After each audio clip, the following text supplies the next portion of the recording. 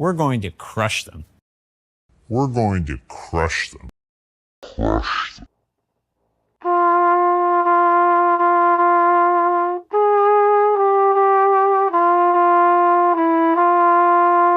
During Apple's latest iPad event, they aired an ad called Crush with an exclamation point to reveal the ultra-powerful M4 iPad Pro. Now, Apple's Senior Vice President John Turnus, head of hardware engineering, even said, "We're not only going to push the limits of what you can do on iPad, we're going to crush them." Now, I typically love Apple's ads and playful videos. The Apple Vision Pro teaser was great, so much nostalgia. The Lost Voice, that ad literally made me cry. So why did this video feel different? Apple CEO Tim Cook published the video on X, and the reaction is universally bad.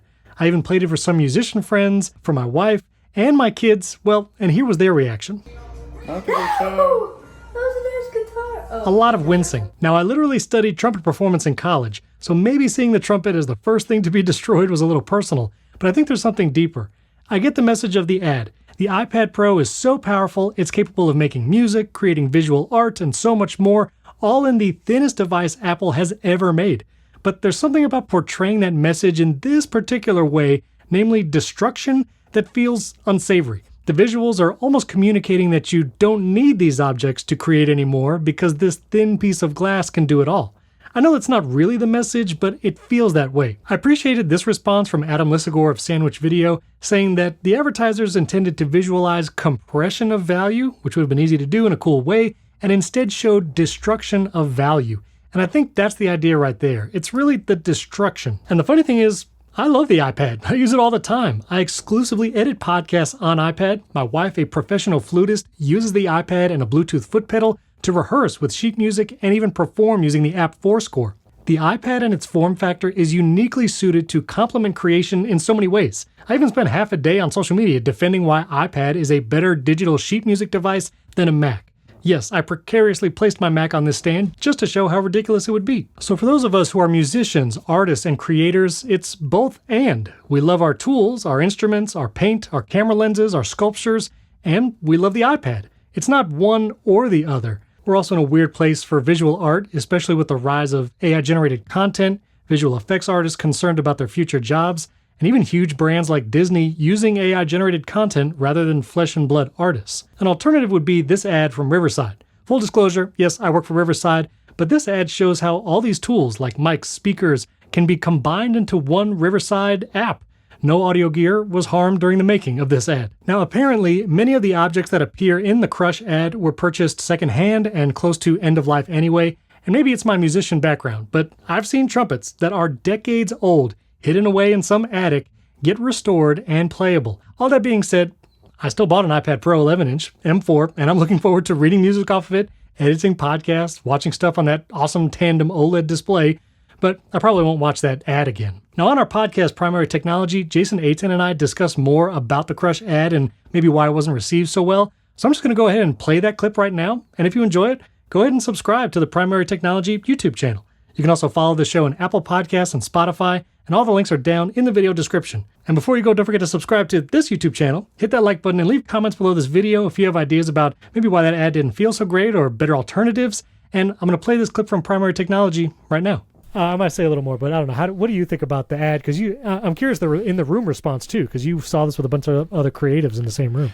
Yeah, so I have three thoughts. The first one is I do want to thank Apple for giving us the best featured image for every article, because every article used the exact same thing. So I do appreciate that piece of this. I just want to throw that out there right real quick. And in the room, people laughed when that happened because it was kind of funny, right? And it was what you expect.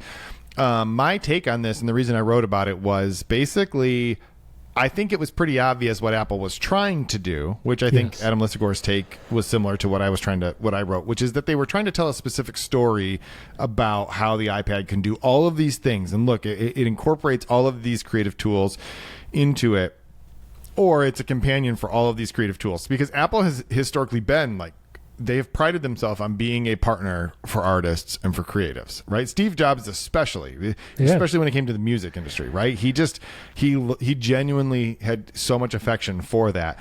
They used to have live music performances. Yeah, John Mayer, like they just exactly. So see ya, yeah. But somebody came up with a clever idea, And unfortunately, the clever idea got in the way of the story they were trying to tell. And it was such a near miss. Like, it could have been, like Adam said, it could have been great. There's so many great ways they could have communicated that. It's just that no one in the room saw it from the perspective of an artist or a creative. And like, I play guitar and I play piano. I have a guitar that, no kidding, when I was in college, I drove all the way to Vancouver, British Columbia, and got to pick out the pieces of wood that were used in this guitar. Cool. It's not even a great guitar. Like, it's not amazing. Like, but it is it is mine. And I someday hope one of my children will want to play it. Like, there's the idea of crushing it is crushing, And so in the room, I don't think anybody reacted super negatively when we were watching it in the middle, because first of all, most of us are just trying to take notes. Yeah. Right. Yeah. And when they show an ad, just to be honest, it's a time to like write notes about things that just happened. Yeah. But also, I think everyone in that room is really familiar with the way Apple tries to talk about things. So it was easy to see it as the story they were trying to tell. But then when you filter it through you take off the lens of the journalist who's trying to take notes and whatever, and put on the idea of like, if I'm a trumpet player, or if I'm a photographer, or I'm a guitar player or a painter, and I'm just seeing all of that stuff destroyed, and in its place is this iPad. The other thing I mentioned is that the miss for Apple was it just became another tech company that believes that its tech can replace all of the things that you love, right? And it takes that humanity, and it's like, nope, we'll just give you a piece of aluminum and glass. You don't need all of these tools. And people are like, yeah, but it's kind of, honestly, not to go too far down a rabbit hole, it's the whole thing behind like the self-driving cars. Like, we're going to make it so no one has to drive a car. And it's like, I like driving my car.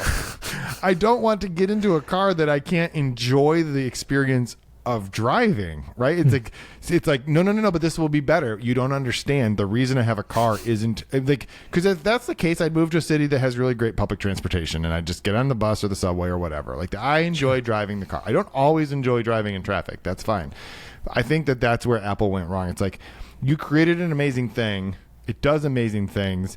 You lost sight of who your audience was, and especially when you did it this way. So I think I'm really interested to see if or how Apple will respond. I tried very hard yesterday to get a response from Apple, because it felt like the kind of moment where someone needs to come out and say, hey, we love artists. And we realized that this came across different from what we were trying to say. We wanted to create tools to support what you do, not to destroy or to replace it. Right. Man, I really wanted to write about that, but it hasn't happened yet. I was actually interested if they were going to take, like, Tim Cook might delete this tweet, or if they were going to take the YouTube video down, which they have not. Like, all of this is still up, and there's still conversation ongoing about it.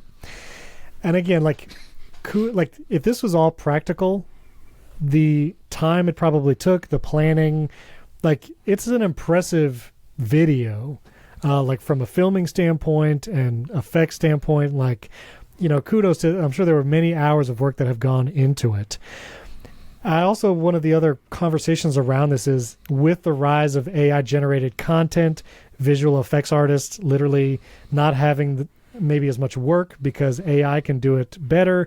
This feels, in this moment, this cultural moment with all the AI stuff, it feels a little more close to home, because it's like, oh shoot, all those things that maybe have been valuable for years, it's not valuable anymore. And the tech companies who also create this AI stuff don't think it's valuable. Oh no, what does that mean for me?